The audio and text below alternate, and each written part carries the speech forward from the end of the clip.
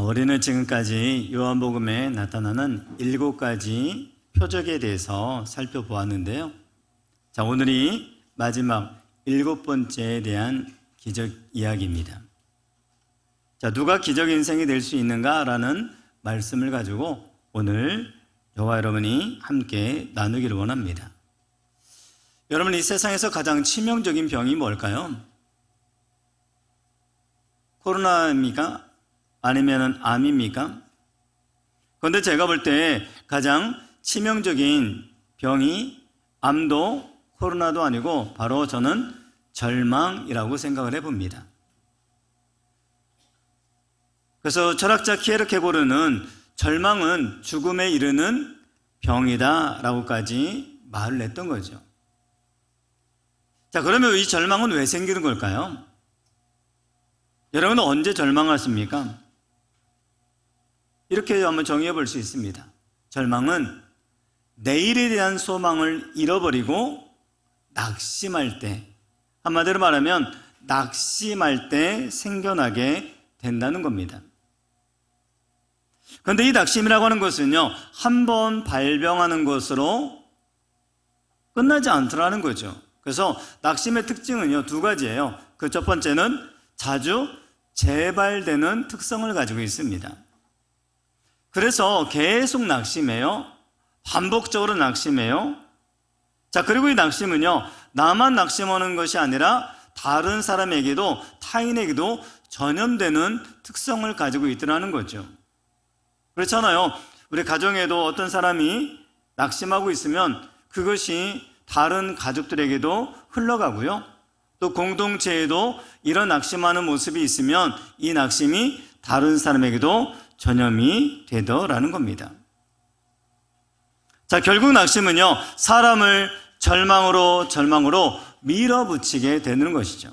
그래서 이 낙심은 정말로 무서운 질병이다라고 말할 수가 있습니다.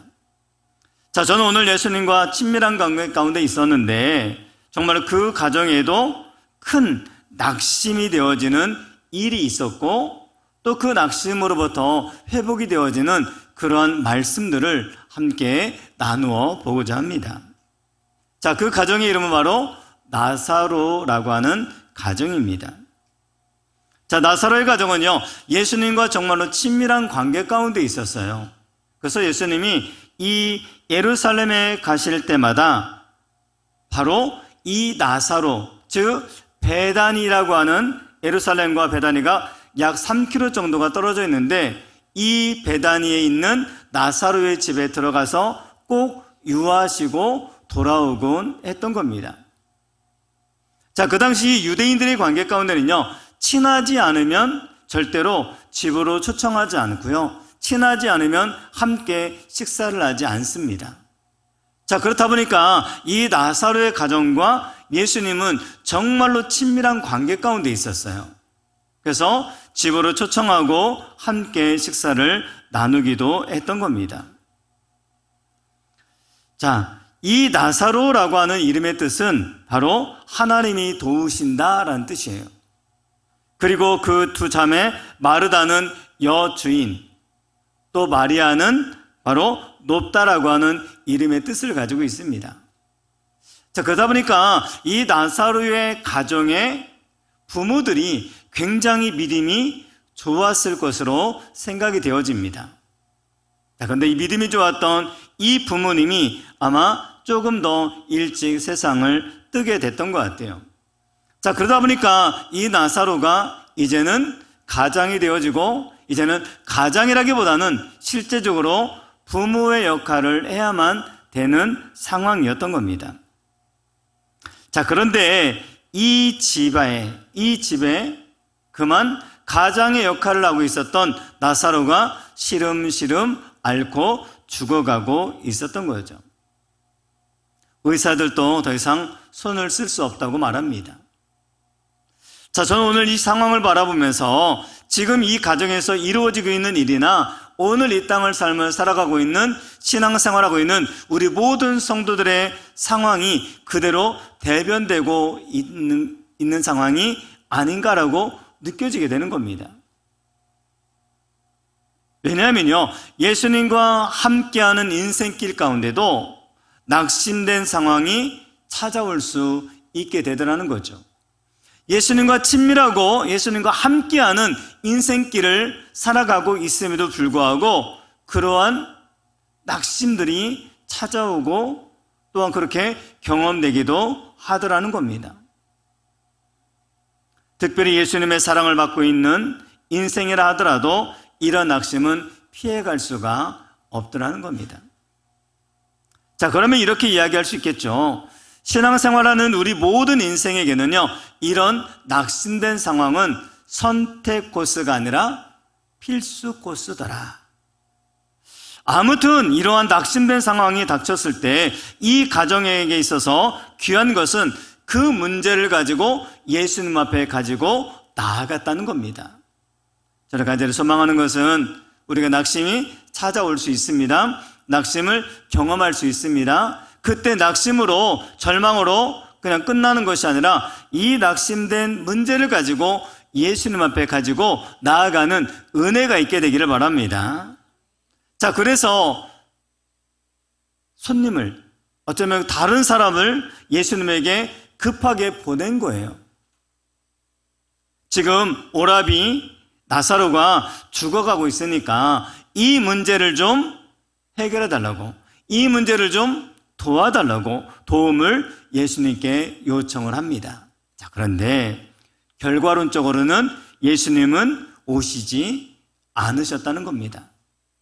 당연하게 오실 줄 알았는데, 우리의 관계가 친한 관계인데, 너무너무 가까운 관계인데, 내가 이렇게 부탁하면 충분히 들어주실 수 있는 분이신데 그 예수님이 오시지 않은 거예요. 그러다 보니 더더욱 낙심하게 됐던 겁니다. 자, 이 누이들은요, 예수님에 대해서 너무너무 잘 알고 있었습니다. 심지어 예수님에게 어떤 능력이 있는지도 다 알고 있었어요.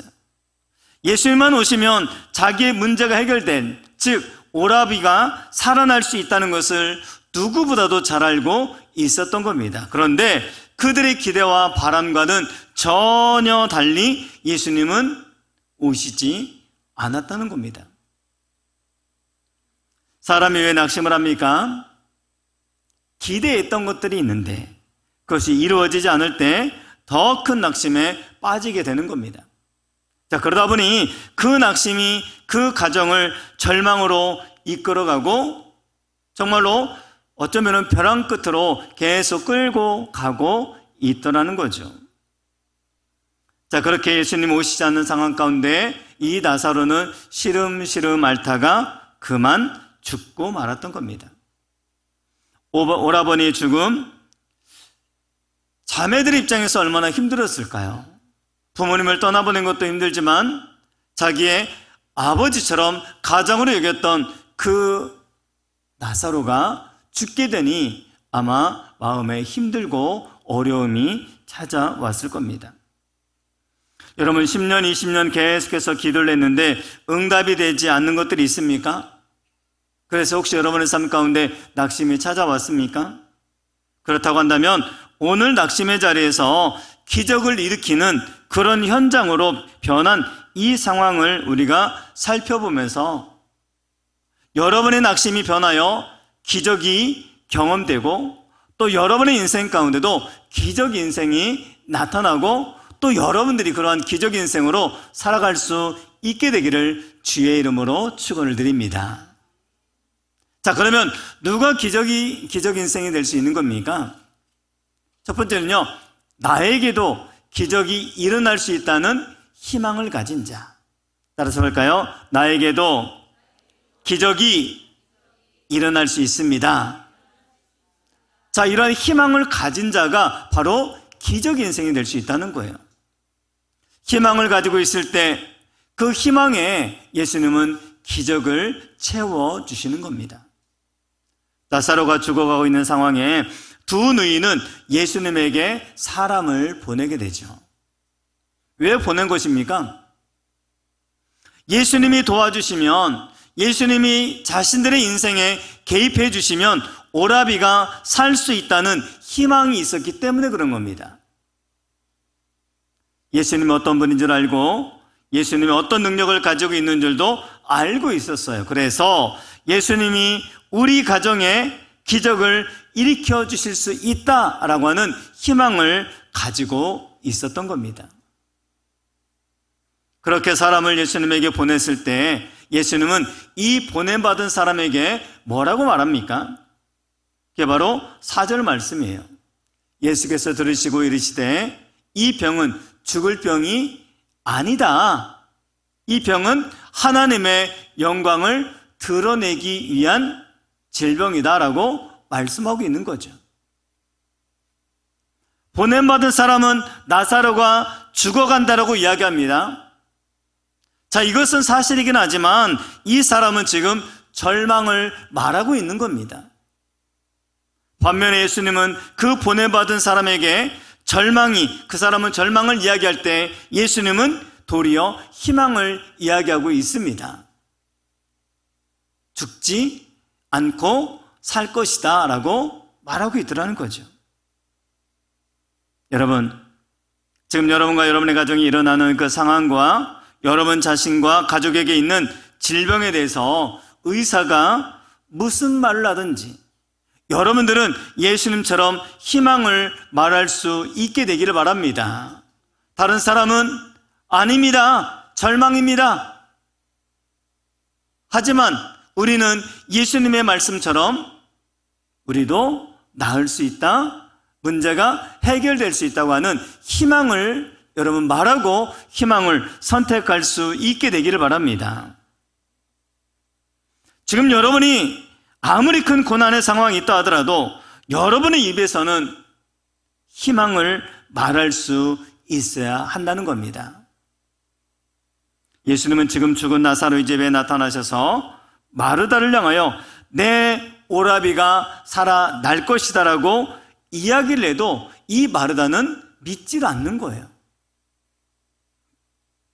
예수님은 희망을 말씀하시는데 마르다는 여전히 절망을 말하고 있는 것입니다. 꼭 우리의 모습과 너무나 닮지 않았습니까? 예수님은 괜찮아, 회복될 거야, 치유될 거야 그렇게 말씀해도 글쎄요, 이것도 너무 중한데요. 이게 지금 1년, 2년 된 문제가 아닌데요. 그렇구나, 믿음이 있다고는 하지만 절망적인 상황이 닥쳐오면 얼마든지 이 믿음이 작동되지 않으면 희망보다는 절망을 선택하는 것이 인간의 본성이구나 라고 생각할 수가 있더라는 거죠. 마찬가지입니다. 오늘 또 주의 종을 통해서 전하는 말씀을 통해서 하나님은 우리에게 기적 인생이 될 수 있다라고 하는 사실을 전하고 말하고 또 희망을 우리에게 전해주고 있는데 우리는 그저 절망적인 상황만 바라보고는 믿음이 작동되지 않아서 여전히 절망의 자리에 머물고 절망만 말하고 있더라는 거죠. 자, 그리고 도리어 마르다는 이렇게 이야기합니다.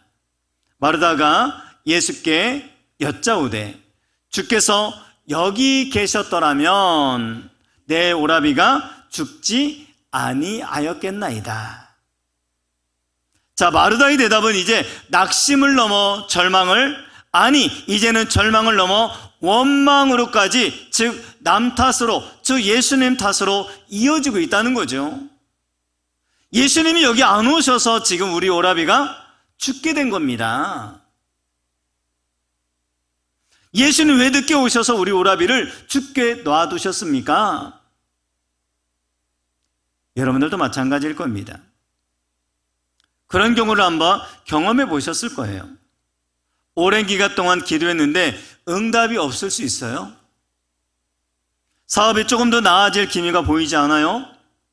건강이 회복될 것 같지 않아요?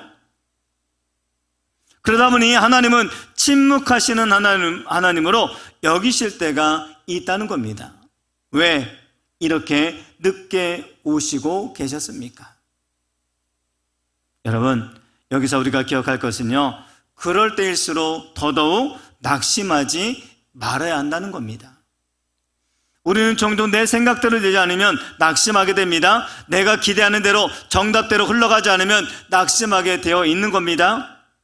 여러분, 예수를 믿는 사람은요, 상황이 어떻게 되더라도 희망을 가지고 희망을 선택해야만 되는 겁니다. 어려울 때 희망을 가진다는 것은 정말로 어려운 일이죠. 왜냐하면 희망이라고 하는 것은 저절로 생기지 않기 때문에 그렇습니다. 희망을 가지기 위해서는요, 스스로 결심하고 스스로 결단하고 스스로 억지로라도 그 희망을 선택을 해야만 되는 거예요. 여러분, 예수님이 왜 곧바로 오시지 않으셨던 걸까요? 예수님에게는 다 계획이 있으셨습니다.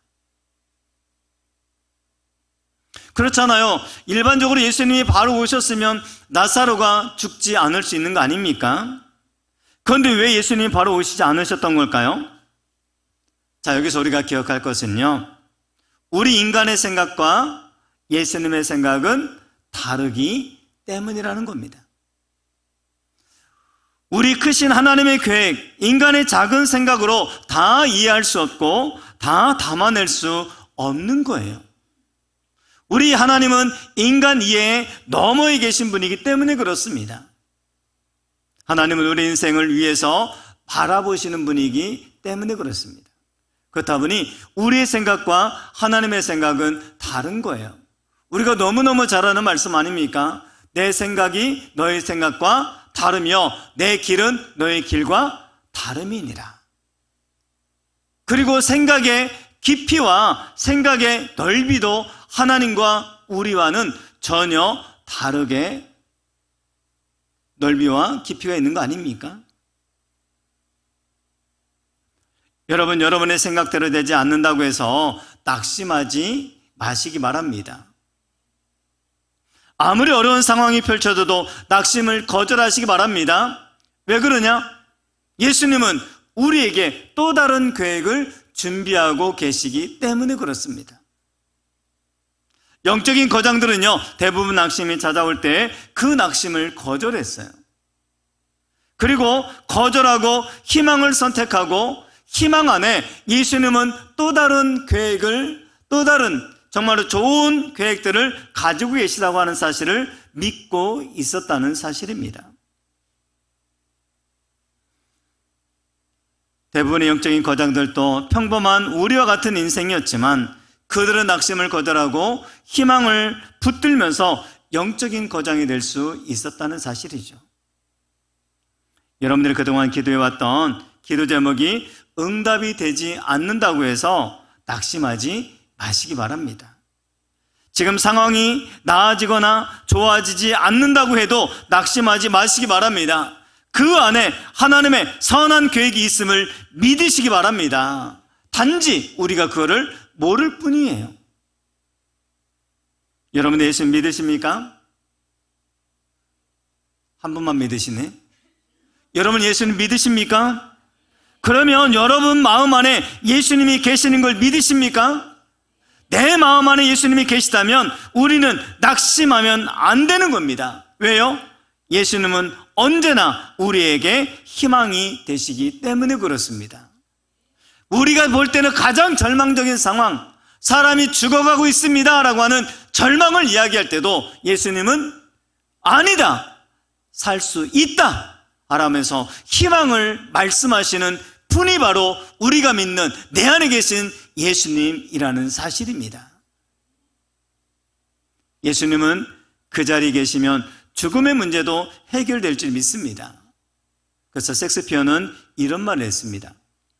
불행을 치유하는 약, 그것은 희망 외에는 없다. 즉 절망적인 상황이 없다는 거예요. 단지 희망을 포기한 사람이 있을 뿐이라는 것입니다. 여러분, 죽을 것 같은 두려움이 나타났습니까? 그래도 낙심하지 마시고 희망을 선택하시기 바랍니다. 아무리 상황이 어려워도 하나님은 선하시다는 사실을 믿으시기 바랍니다. 하나님은 정말로 우리가 상상할 수 없는 사자굴에 다시 한번 우리가 던짐을 받는다 하더라도 그곳에서 건져내어 주실 수 있다고 하는 희망을 갖게 되기를 바랍니다.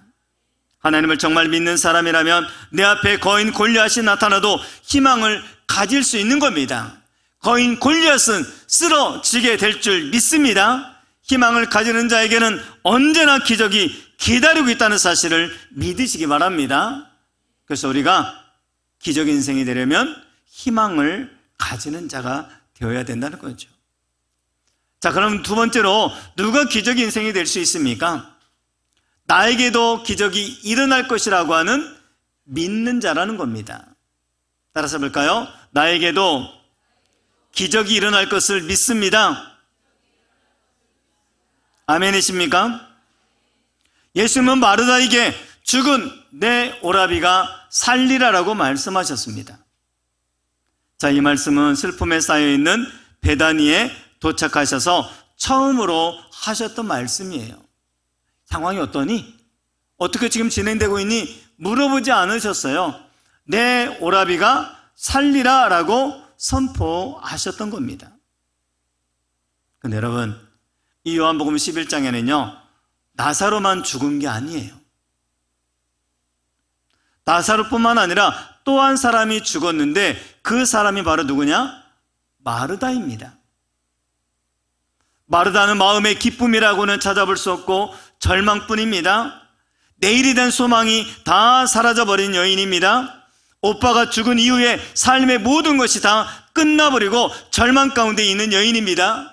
그녀에게는 기쁨이라는 것을 찾아볼래야 찾아볼 수 없습니다. 살아있다고 살아있는 것이 아닌 겁니다. 꼭 죽어있는 상태더라는 거죠.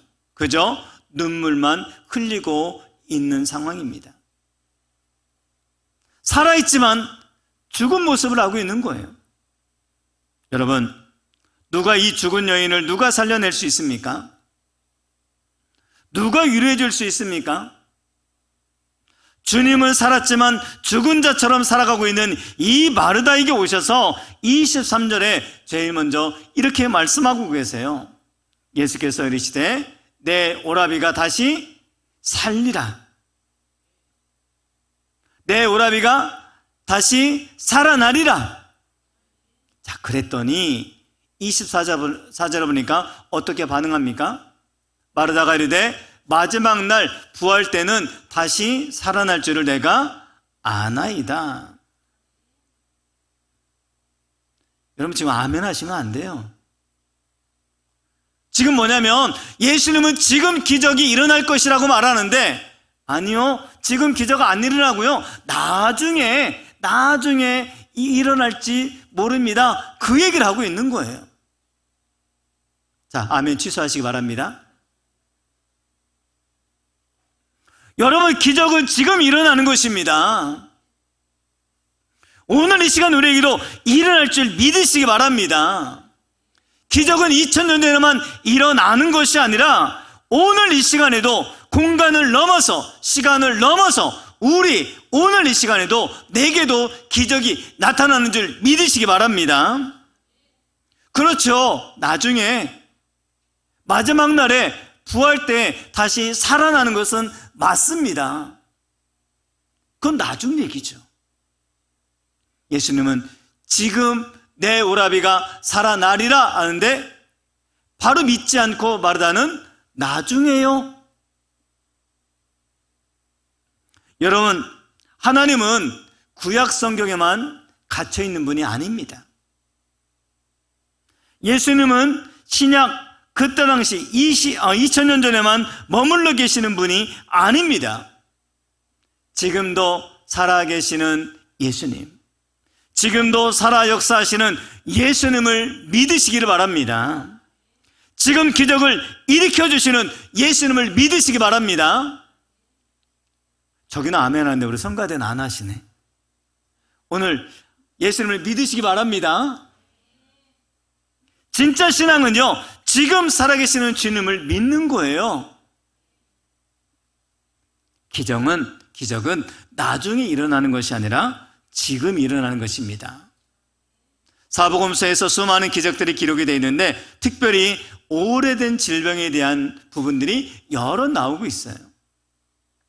특별히 18년 된 혈류병 걸린 여인, 베데스다 연못가에 앉아 있었던 38년 된 환자, 안진뱅이에서 일어나는 환자, 40년 된 그런 질병 걸린 안진뱅이가 일어나는 사건.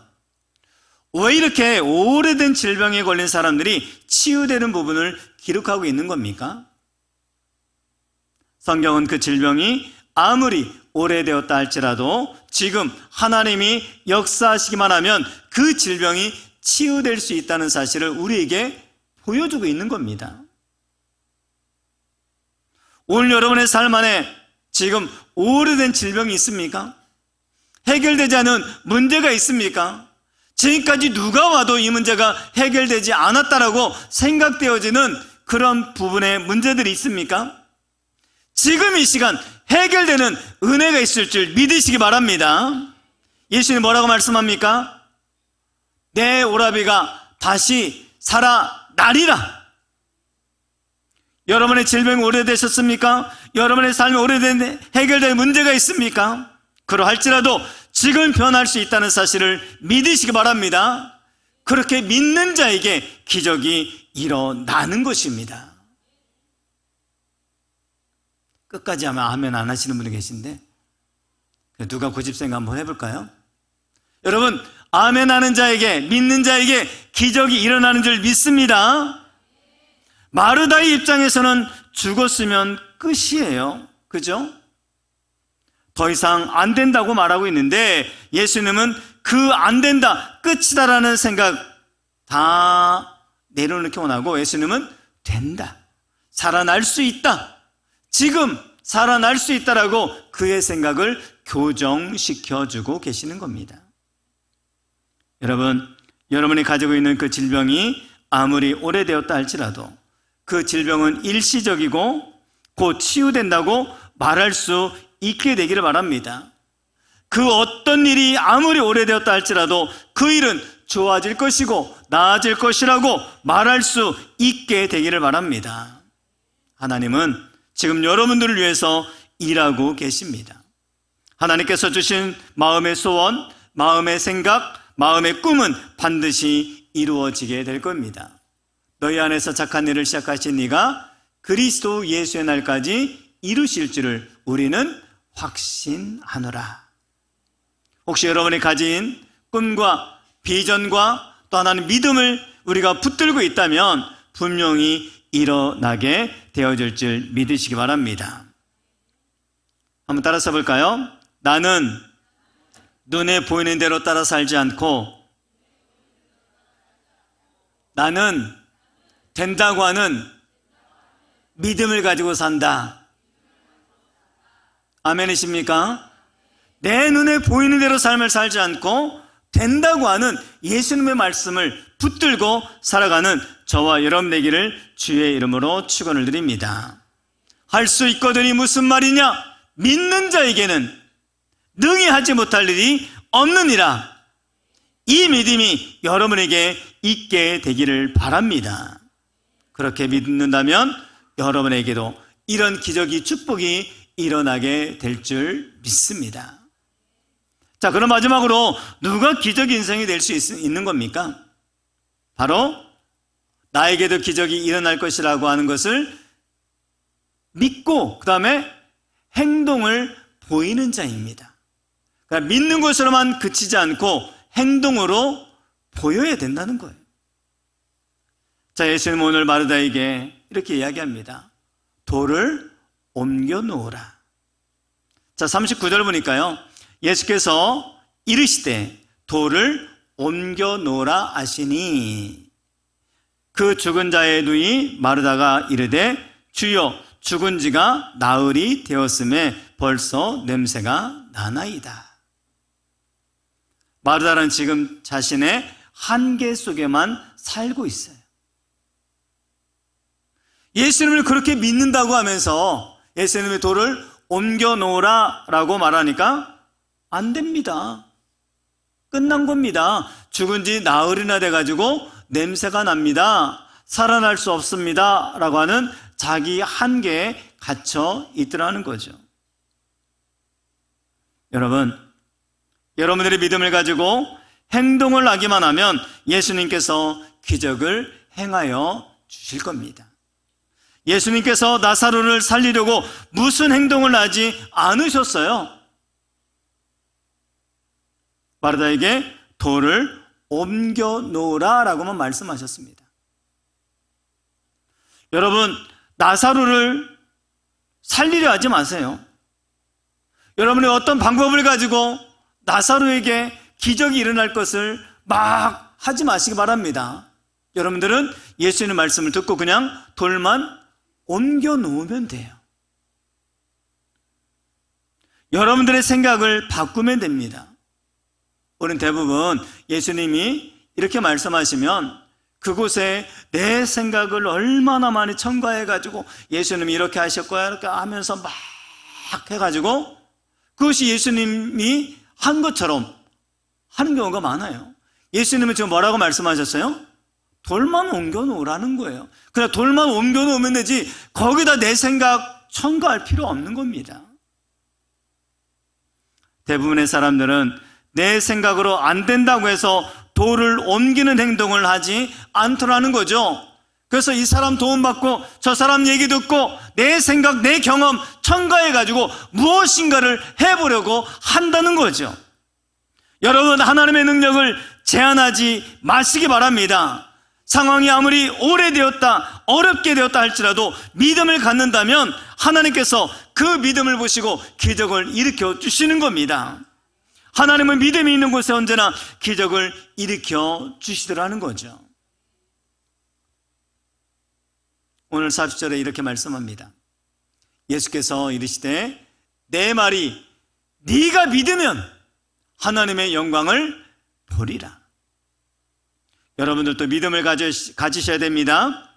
지금 내게도 좋아질 것을, 내 질병이 치유되질 것을, 그런 믿음을 갖게 되기 바랍니다. 그리고 돌을 옮겨야 됩니다. 그 믿음을 행동으로 옮기라는 거예요. 그 믿음을 순종으로 옮겨야 되는 겁니다. 그래야 그 행동을 통해서 기적이 일어나는 것입니다.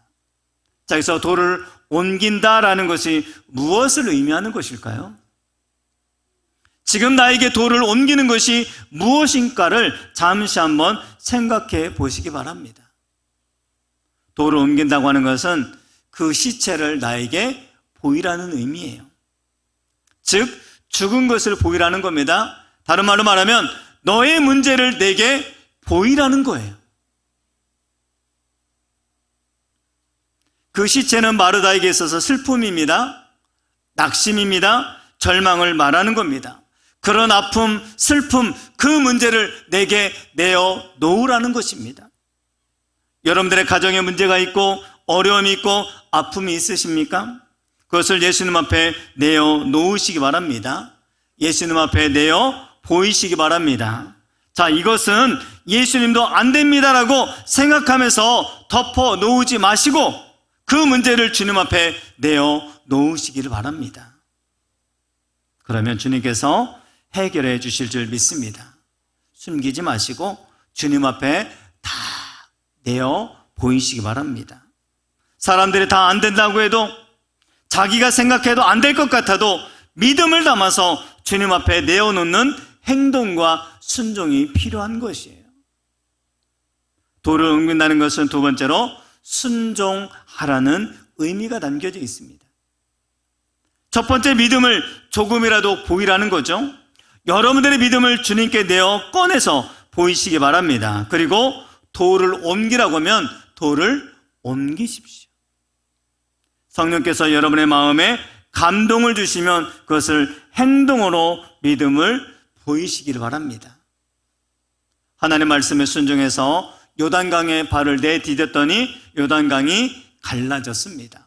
하나님의 말씀에 순종해서 매일 한 바퀴씩 여리고성을 돌았더니 여리고성이 무너졌습니다.